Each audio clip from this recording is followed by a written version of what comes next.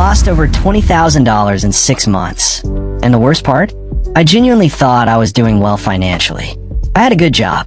I was making more money than anyone in my family ever had. Around $4,000 every single month. At 24 years old, I thought I had finally escaped the struggle.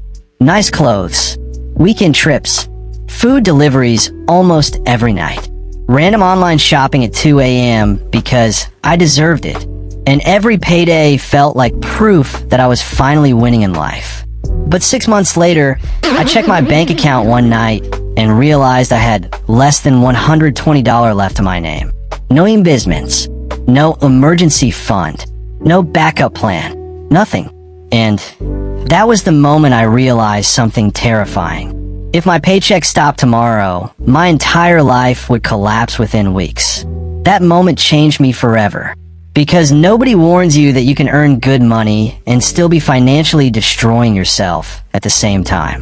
Not school, not social media, not the fake finance gurus online renting Lamborghinis for Instagram photos. Nobody. So in this video, I'm going to show you the exact money mistake that almost ruined my future, and a system that helped me completely rebuild my finances from scratch. Because if you feel broke at the end of every month, no matter how much you earn, you are probably making the exact same mistake I made.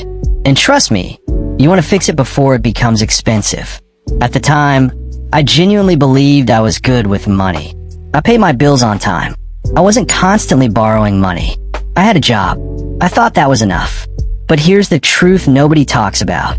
Making money and managing money are completely different skills.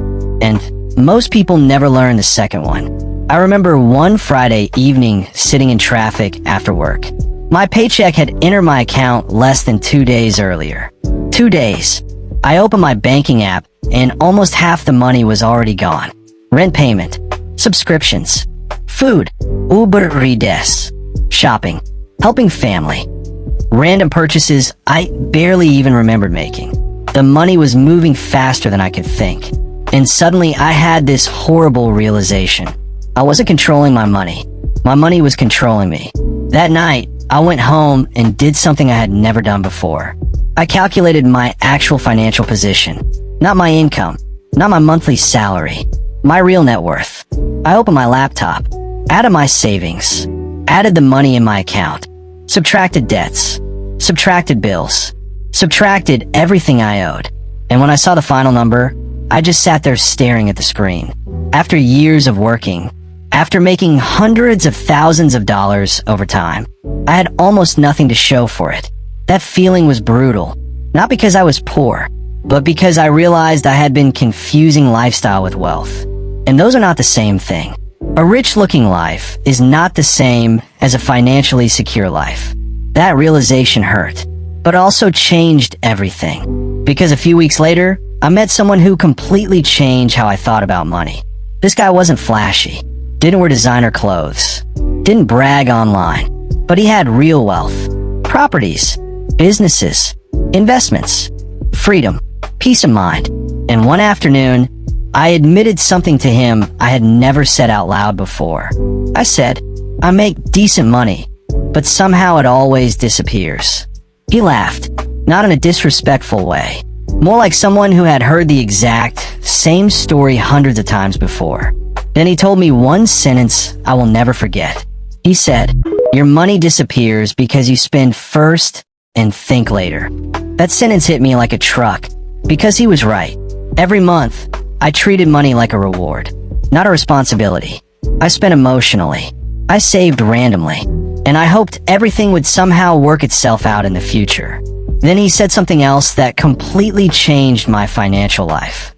If you don't assign every dollar a purpose before it enters your account, life will assign it for you. That sentence changed everything for me. Because for the first time, I realized the problem wasn't my salary. It wasn't inflation. It wasn't the economy. It was my system. Or more accurately, the fact that I had no system at all. So I decided to completely rebuild my finances from zero. And here's exactly what I did. First, I started planning my money before payday. This sounds simple, but almost nobody actually does it. Before my paycheck arrived, every dollar already had a job assigned to it. Rent, food, transportation, savings, investments, entertainment, everything. And almost immediately, something strange started happening. My money stopped disappearing mysteriously, because now every purchase had to compete against a plan. I stopped asking, what do I feel like buying today? And started asking, what was this money already meant for? That one shift alone changed my spending habits completely. Within the first month, I realized I had cut almost $700 in unnecessary spending without even trying that hard. And that taught me something important. Most bad spending is emotional spending, not intentional spending. Then came the second change. And honestly, this one transformed my mindset forever. I created a completely separate account called Future Me. Not savings, not emergency money. A separate account meant only for building my future. And every payday, I automatically transferred $300 into it immediately. Not at the end of the month. At the beginning, before I could spend it. At first, it felt painful. I kept wanting to transfer the money back whenever something came up. But I forced myself to leave it alone. And after 4 months, I checked the balance and saw over $1,200 sitting there untouched. Money I normally would have wasted on random things I wouldn't even remember buying. That moment gave me confidence for the first time in years.